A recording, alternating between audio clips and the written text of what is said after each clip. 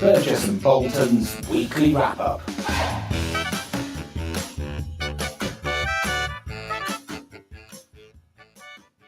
Hello, Ben. Hi, Jeremy. Happy Friday. Yes, indeed. Happy Friday to you. And hello, everybody, and welcome to this week's edition of Burgess and Bolton's weekly wrap-up, where we're looking at everything to do with the London market, technology, change, innovation. And this week, we've got the final part of our interview with Jeff Ward, and that is to come. But as always, we're going to do a bit of news. So we had a bit of a hiatus last week, Ben, because you were at BIBA. BIBA Las Vegas. BIBA, yes. BIBA was good. So it was a pretty spectacular conference. Over 9,000 people, so a record attendance. And you'll know how big 9,000 people is for a conference. That's huge. So notable things at the conference, apart from me speaking, were Steve White did the keynote and announced that he's the chief exec. He announced that he is stepping down. So there was some speculation from the off about who will succeed to the chief exec's position. Key points that were made really by Steve about the market were a lot about regulation, reduce the burden of regulation, positive points about brokers being innovative, IPT tax, the usual sort of things, I think, but also about the economy and the challenges that are pretty substantial at the moment in all areas, and that insurance needs to step up to that. Which is not none of that was unexpected, but it was done well. The stands, as ever, the insurer stands were impressive. Aviva had an excellent stand. Markel.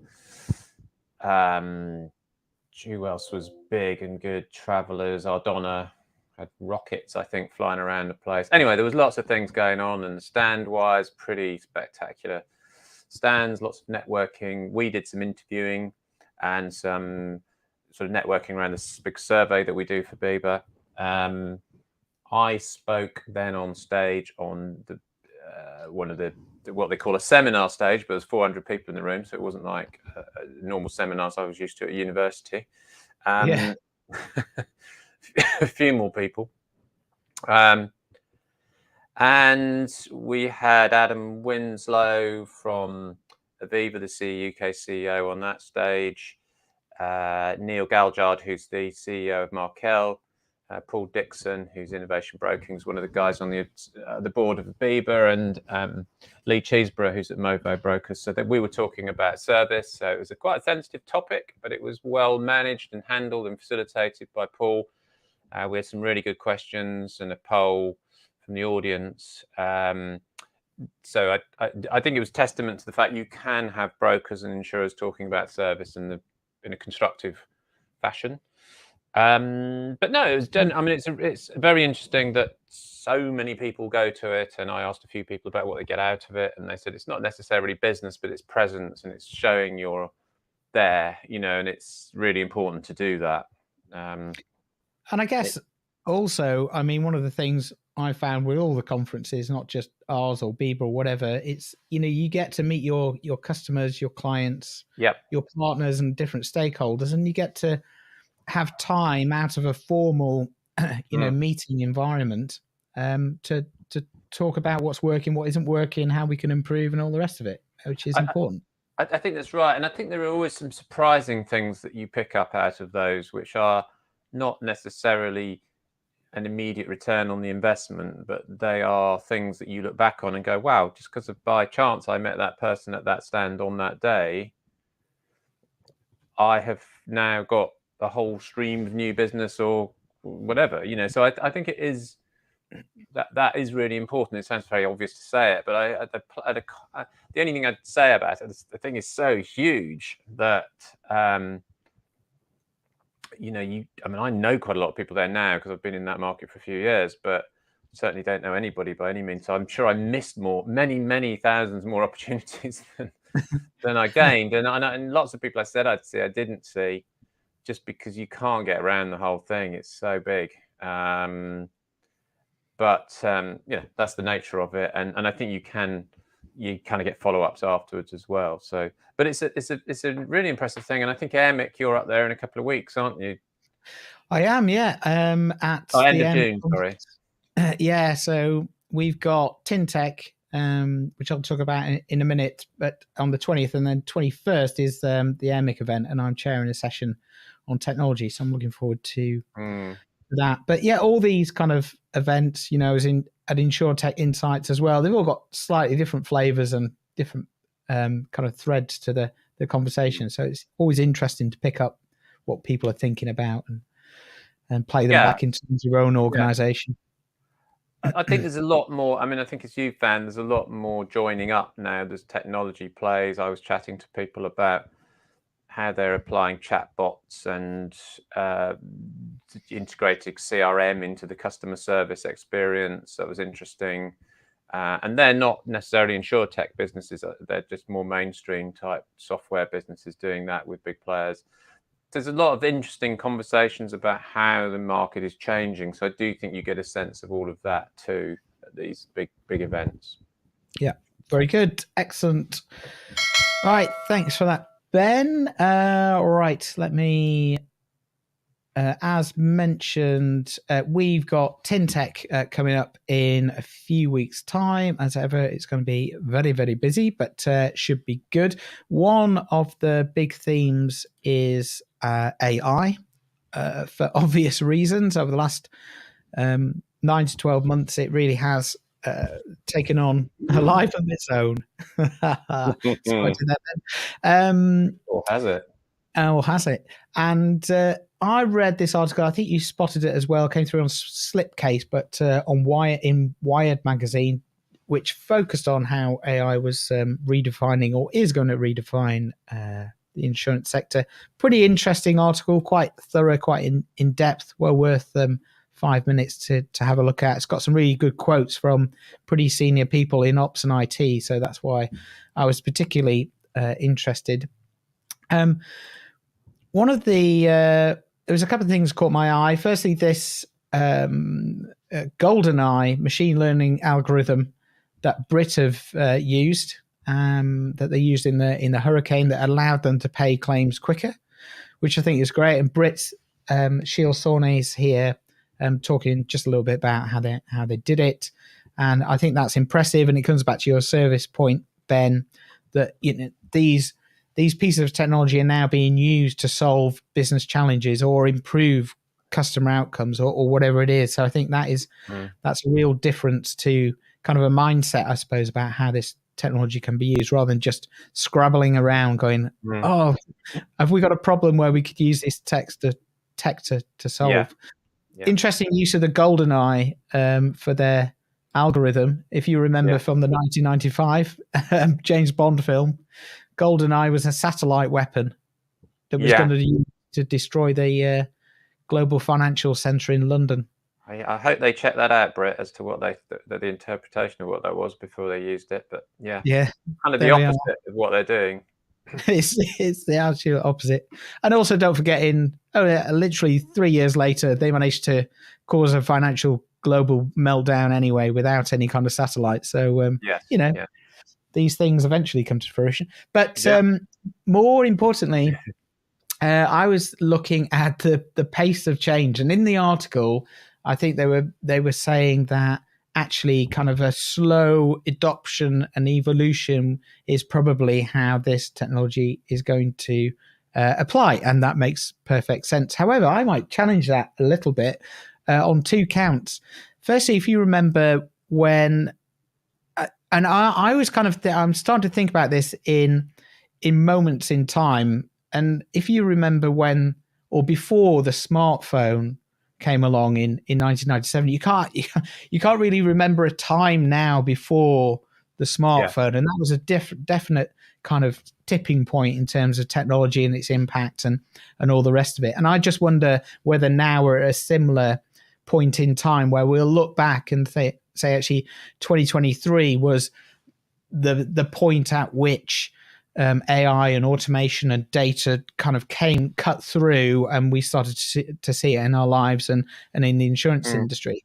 So there's a couple of things on speed that I wanted to kind of put to you, Ben, and we can have a chat about it. So firstly, the way that AI can synthetically create data in order to create the models upon which they then create more solutions and algorithmic kind of whatever, let's say underwriting, and that has been proved. If you look back at the pandemic and how they came up with the vaccine, that's very much the technology and the approach that they used with a very small data set in order to extrapolate it out to make sure that it worked.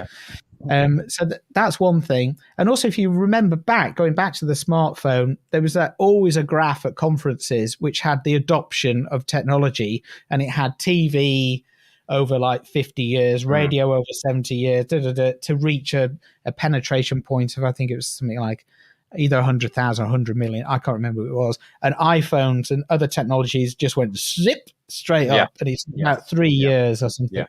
But I think there is this kind of, once people get hold of this kind of tech and they start to use it, I know one is technology and one is a real thing, but you know what I'm saying here. I think there is there might be more of a pace of change that we see it. And just one final point on this. So at the World Economic Forum, they're predicting pretty, those figures, that's quite a shift in terms of percentages. So interesting. Okay, I agree. I mean, it's interesting. I mean, one thing is, of course, we don't know, and that's part of the interest in it, in a sense, is what does it do and what does it not do. So I mean, I've got two articles really, one more pragmatic and one that's more about the sort of psychological side. So if you've got the Steven Pinker article there, which is, so Steven Pinker is an article he's been pushing around actually for a little while, but he's got a famous academics sort of writer, written a lot of interesting books about psychology and so on. And he's one of the kind of leading thinkers in this area, and he's been asked a lot about AI and so on. And now his thesis is that, which quite a few have got make the same point about ChatGPT and the current type of AI that we've got, is that it's not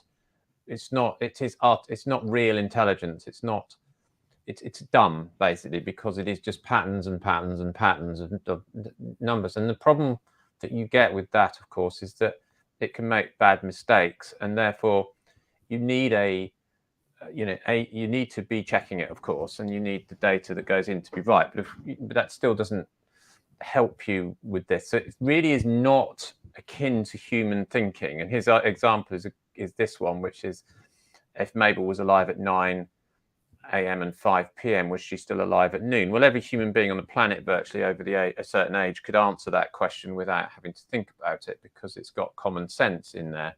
But of course, ChatGPT can't give an answer to that because it works on patterns. So it has no concept of anything.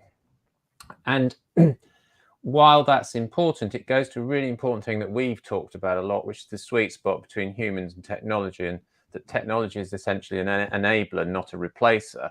I think a lot of the AI debate is it will replace us and it will be an existential threat to human beings.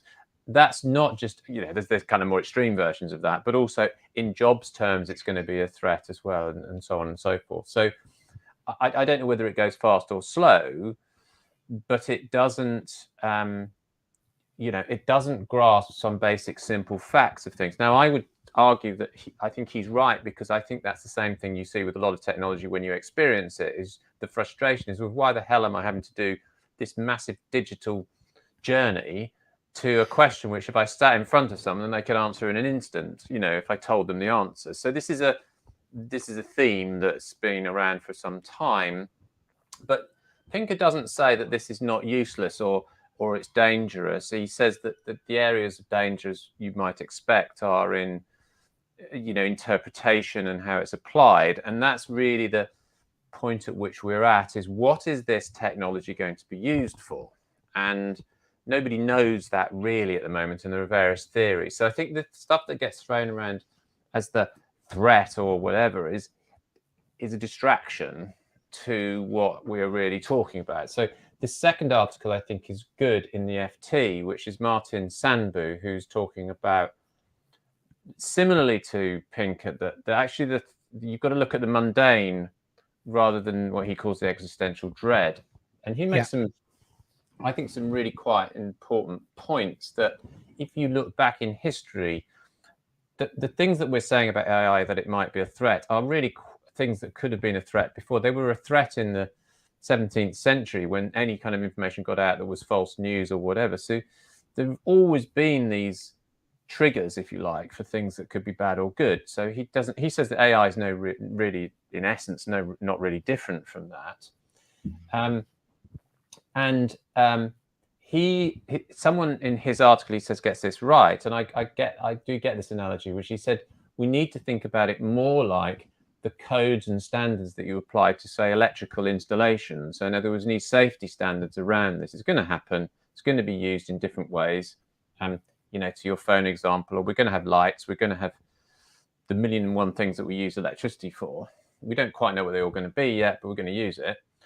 But we need some standards and we need some protections. And he says there are two key areas for these protections briefly. So the first is who should be held accountable for the decisions made by AI algorithms.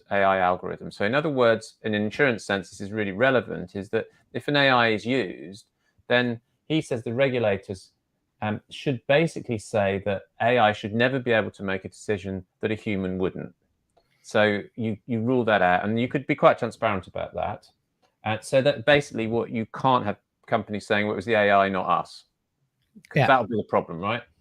And what that's focusing on in a regulatory sense, a really good point, is that it focuses on the harms or the potential harms, not the technology itself. So stop talking about the technology, just work out what's going to, because the harm could come from a human working with AI, the AI itself, or some other combination of the two, you know. So, and actually the EU has got an Artificial Intelligence Act coming out, which takes that approach. So it's looking at where the liability lies for this. So you're doing what a lot of things retrospectively are happening with things like Facebook and the internet generally. So that's the first point. The second point is, what will be the distributional consequences of the productivity gain? So if AI helps us to do things cheaper, more cost effectively, question is who owns that intellectual property, i.e. the code? And he says that can go two ways. It could be proprietary, so Facebook or Google or Amazon own it, or Microsoft, or it could go open source, in other words, like a Linux or something else type of software, so open code software. He says on balance, it looks as if it's going to go more open source because of just the way it's developing, but he doesn't know. But he thinks and says governments should probably regulate for it to go open source. In other words, they force a requirement for these organizations to publish the source code so everybody can use it and develop it. And what that avoids is basically us all being ripped off by these big technology companies for the productivity gains from that, because that's the threat. And his final point, very good, is that this is our data, not their data. So where I think this catches up is in all this whole debate about Facebook and all social media platforms, where it's our data, not theirs. So there is a responsibility for those organizations because they're getting this stuff for free and then using it, and you know they're acting like proprietors and manipulating it and making a lot of money out of it. So that's kind of where he's going. And I think if you take the balance of those two articles, it feels to me like it's about right. It says it's not so new that we can't regulate for it. We can easily see what the harms are. We can work out that it doesn't get rented out to us at extortionate prices. And we can maybe put to rest the idea that this is a sort of human in disguise, you know, an avatar that's going to kill us all and eat us all up if it's directed, or it directs itself to. So I think it's what is interesting, I think, is that the debate is moving on very quickly, almost more quickly than the AI itself, I suspect. there was a good, in your article, I thought there was a good point made by Ash Jaku of Direct Line, head of IT there, CIO. He said, AI does pattern recognition, the same sort of thing. It doesn't do what humans do. And if you get rid of humans, what happens? If you've got rid of them and then you need a human with experience, you've got a big problem, he says. And I think he's right, because you suddenly need a human, you've got none because you've made them all redundant. And that's happened before. And then the final, so he says AI can help us with all those boring bits in order to get to the human interaction. And I think that's a really brilliant comment, actually. I think that's exactly what we see in all the research that we do. And I think it's basically, again, he's talking technology as an enabler. Yeah, absolutely. Great. Thanks, Ben. We've sorted it all out. We do every week. We've sorted it all out. What are we going to talk about next week? There's no threat. Well, we'll talk about the next AI story, won't we? Yeah, definitely. Good. That's always good to talk about that. Right, I've got one other thing that I want to share. So this is a Blueprint 2 conference that we're running on Tuesday. I've not been saying too much about it because it's been fully booked for a while. But what I did do is put out the results of the pre-event survey. These are just the headlines, but I put them out in full on LinkedIn. So if you just look at my feed, you'll be able to find them. But I thought it would be just interesting just to pull out kind of some of the key things that will be discussed next week and some of the things that people are thinking about as they come to the conference, because it's a massive piece of technology and process change within the Blueprint 2 for brokers and underwriters. And I think it might stimulate some thoughts, and do let me know in the comments if you've got any questions off the back of this. So kind of the first one is a pretty obvious, kind of just identifying where it's going to affect your different business units. Second one there, so it's really about the how. How are these sort of initiatives going to manifest themselves? What's the detail around that? And then what's the dependencies on different technologies? I think that's what we're talking about there. Next one, self-explanatory: technology requirements, APIs, impacts of Blueprint 2. Yes, industry-wide requirements for data and technology. That's fine as well. The next one, scale and pace of change. So this is really looking at the two areas, I suppose, of the blueprint, which is kind of the technology that you need, but also the core data record. And I think there is a lot of ambiguity at the moment within people's thinking about what they need to do in order to be preparing for those things on the data front and the technology front. And then the delegated authority. So how's it going to impact traditional processes? Will kind of the DDM, the market directories, the different reporting standards still be there, or is it going to change? So I think it's useful just to put these out there before the event next week, because what we're hoping to do is answer some of these questions during the course of the conference. And we will be publishing kind of a report afterwards to try and give people a bit of a steer beyond the playbooks that are already out there that have been published. To see if we can make this happen this time around. So yeah, it's good. I read this and I thought, I'm glad I'm not doing that job. Yeah, I know. know. Not the job you just described, but the job of integrating Blueprint 2. I thought, oh wow, there are so many things. Some of them are very general, aren't they? And like big things, and some are very specific. Yeah. But I thought, oh, there's a lot in there. It is, and this the research runs to 7 pages verbatim of people just having questions around the detail. And of course, once you get into specific areas, a small company doing a line of business in a particular way, been doing it for years. Wow. It's tricky. Now you start to realize in the specialist market just how tricky and big this is, really. Yeah, it is. But hopefully, I think there's a lot of appetite for change. Yeah. Everybody I speak to, and probably you do as well, realize that we need to be more digitally enabled and have those capabilities. I think it's just whether the direction, the execution, and everything else will happen this time around, and what it will look like. So I will give you more clarity after the event on Tuesday, the outcomes of that. Right, so let's move on to the final part of our interview with Jeff Ward. So we spoke to Jeff a couple of weeks ago now, just about technology, innovation, change, and data. This is the final bit where actually he touches on kind of the market-wide initiative. So let's play the final part of the interview, and then we'll come back. I just wanted to talk to you about a blog that both Ben and myself read of yours, which was looking at kind of the technology landscape in London and some of the issues around ownership. And just wanted to ask you, not really to regurgitate that essay, because it was excellent. It was an excellent piece, looking at the history of technology change and what some of the problems were with it. I just wanted What's your take on kind of ownership and control of technology and market modernization? So I think they're two different things. First of all, I think ownership, physical ownership, and control are connected, but they're not actually the same.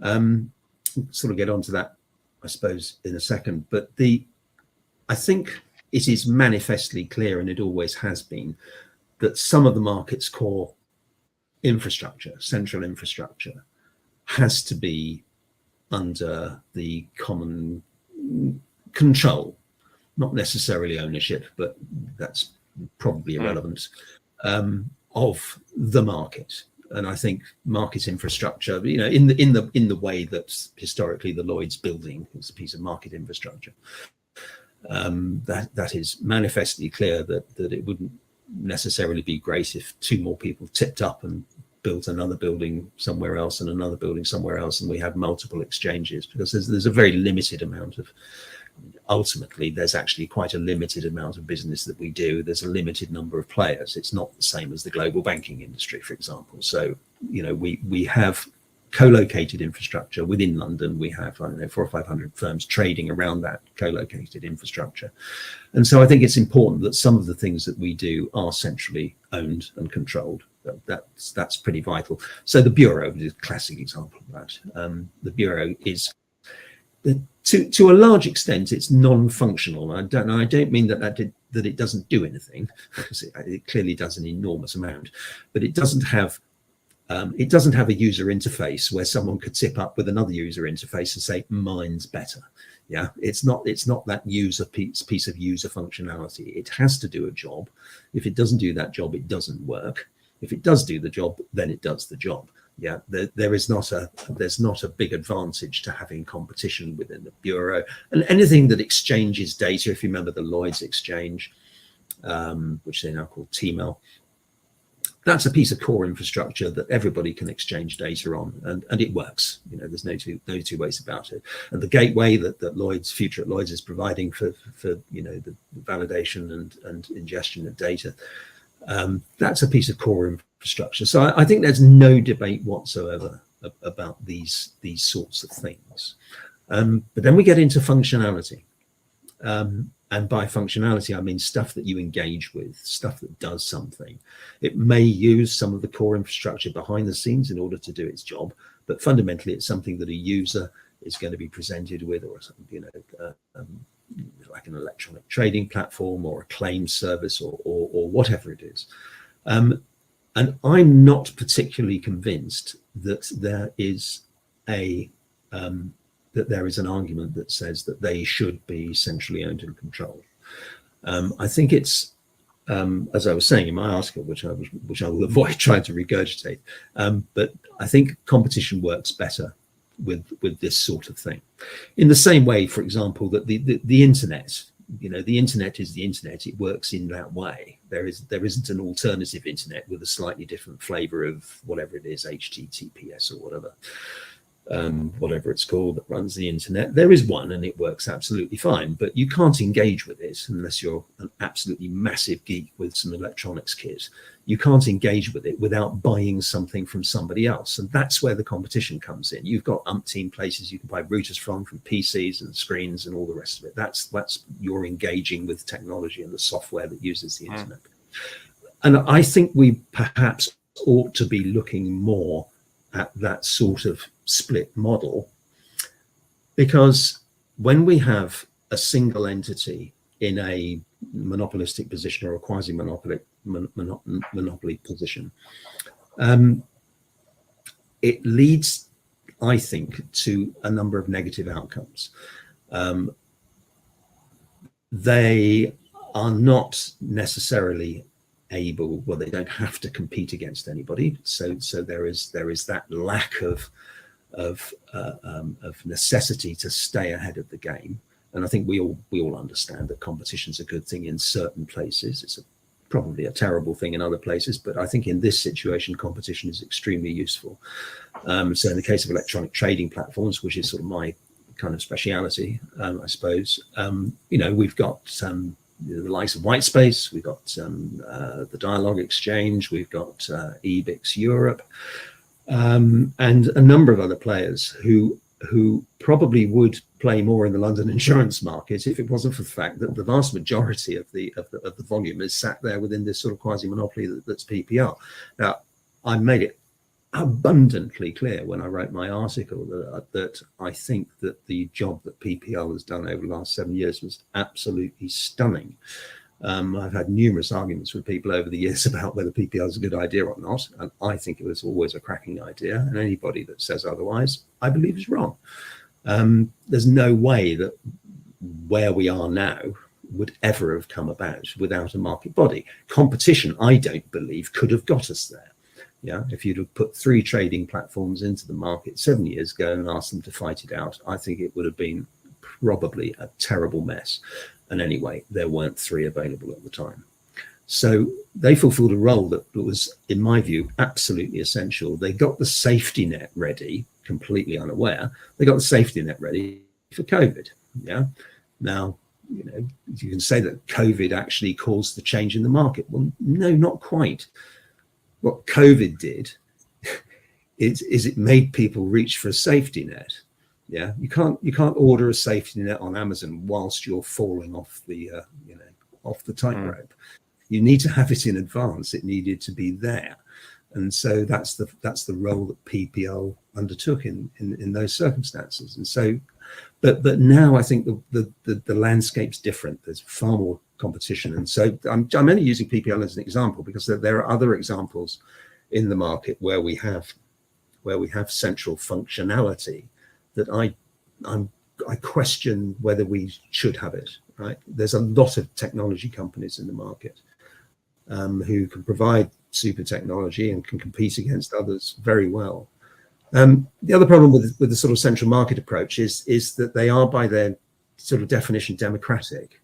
And it's not a very popular view, but I'll express it anyways. I'm not completely keen on democracy, not generally, but democracy when it comes to business.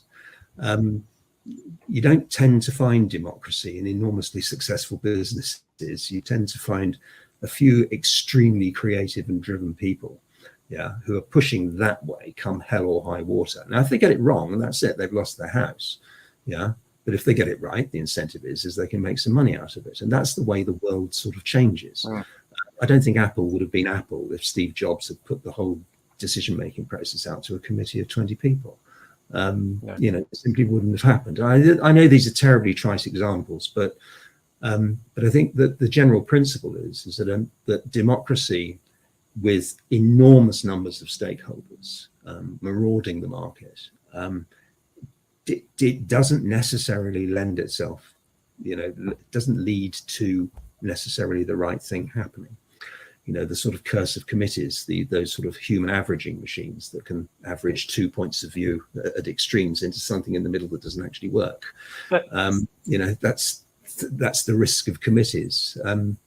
So really, I mean, my view is likely to remain that I think we should encourage competition. It's what Lloyd set out to do, as far as I can tell, with their original mandate. They didn't mandate PPR. They mandated anything that was approved. Yeah, and I mean, I have to say, when that came out, that was the thing when Jeremy and I did the review of it. Wasn't that thorough a review, was it? But that was the one piece I pulled out, which was, look, they've opened up the gates to competition. And then it didn't happen. It was like the hand had been left on the lever. And I'm exactly of your opinion, Jeff, that, and for some other reasons, really. One is that you've got to give people in this day and age, or any day and age for that matter, you've got to have the tools of the trade, or the latest tools of the trade, I think. Otherwise, you are not creating a kind of level playing field in terms of competition. And there are all sorts of unintended consequences of that. And I just think you kind of stifle ideas. So when I research PPL and white space, what people say about technology is that I'm able to communicate through this, or I'm able to IM people, all right? So in other words, people take the technology and do something with it, I think, as you said, but they do a hell of a lot with the technology that the technologists could never imagine. You know, technology seems to me always works like a lot of these, you know, like blue tack, you know, it was a byproduct of something else, you know, a failed experiment or something.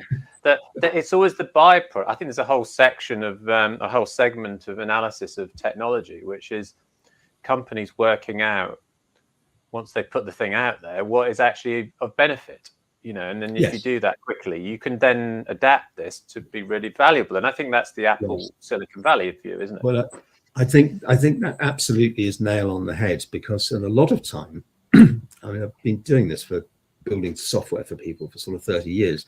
A reasonable understanding of how your great idea very often isn't your customer's great idea. Yeah. And, you know, my goodness, we wasted quite a few quid on that sort of delusion. But sometimes your great idea is loved by the customer and they'd have never thought of it themselves. Yeah. They wouldn't have got that. The user group didn't know that could be done. Never thought it could be done. Never wanted it. Never asked for it. And some bright spark sitting at a desk somewhere, some systems analyst decided to come up with a cracking idea. And that sort of, I suppose, sort of spontaneous creativity is very, very hard to try and engineer within a sort of committee environment, within a sort of monopoly environment. And I think that's dangerous. And as you say, you know, the technology companies have to be able to deliver quickly as well. And I think speed to market is extremely important. Users come up with ideas, or businesses want new products on the platform, or this, that, and the other, you know, whatever it is, the demand from the user. And technology companies have to be able to respond to that pretty quickly in order to do that. Of course, the other way of doing things is you run it like Google, and you never ever listen to your customers. Right? Well, that's another alternative, isn't it? I mean, some of these big technology companies, there isn't a Google user group, and if there was, they would be, you know, they'd be given tea and biscuits and let chat, and then sort of ushered out at the end, and whatever notes they kept would have been thrown in the bin.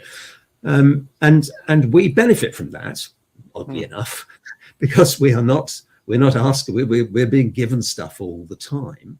All the time to sort of work out what we can do with it. And I think that's how things change, isn't it? I do. I think there's those two alternative routes, like the Japanese way was to put stuff on the shelves and then see if people bought it and used it and how they used it. And that was their market research. And I think Jobs was a bit like that as well, but it doesn't really matter which way you do it. But I completely agree with you that you're a catalyst really for something. You're not necessarily, and I think a lot of technologists still, and particularly in our market, I think we're maybe just a bit old-fashioned in our thinking often. You know, we kind of leave the modern world and then come into the insurance world and then start to think like we were here 20 years ago, and start to talk about only recently have tech companies in this market started to talk about solutions. And I get calls from big companies saying, hey, we haven't really got any research on what customer benefits are, so can we do something on that? Now, I think, well, that's a hell of a long time for some very large companies with a lot of money, who make a lot of money, to have waited around to say, what customer problem are we trying to solve? So I have the impression that we're so far behind, so slow in lots of ways. You know? I think it's 10 you're right. Okay, that'd be good. Well, thanks, Jeff. Yes, we'll welcome you back, Jeff, at another time, and we'll continue the conversation. But for now, thanks ever so much for coming on, sharing your insights, and look forward to seeing you soon. That's been an absolute pleasure. Thanks very much. Thanks, Jeff. Loved it. Cheers. It's good, isn't it?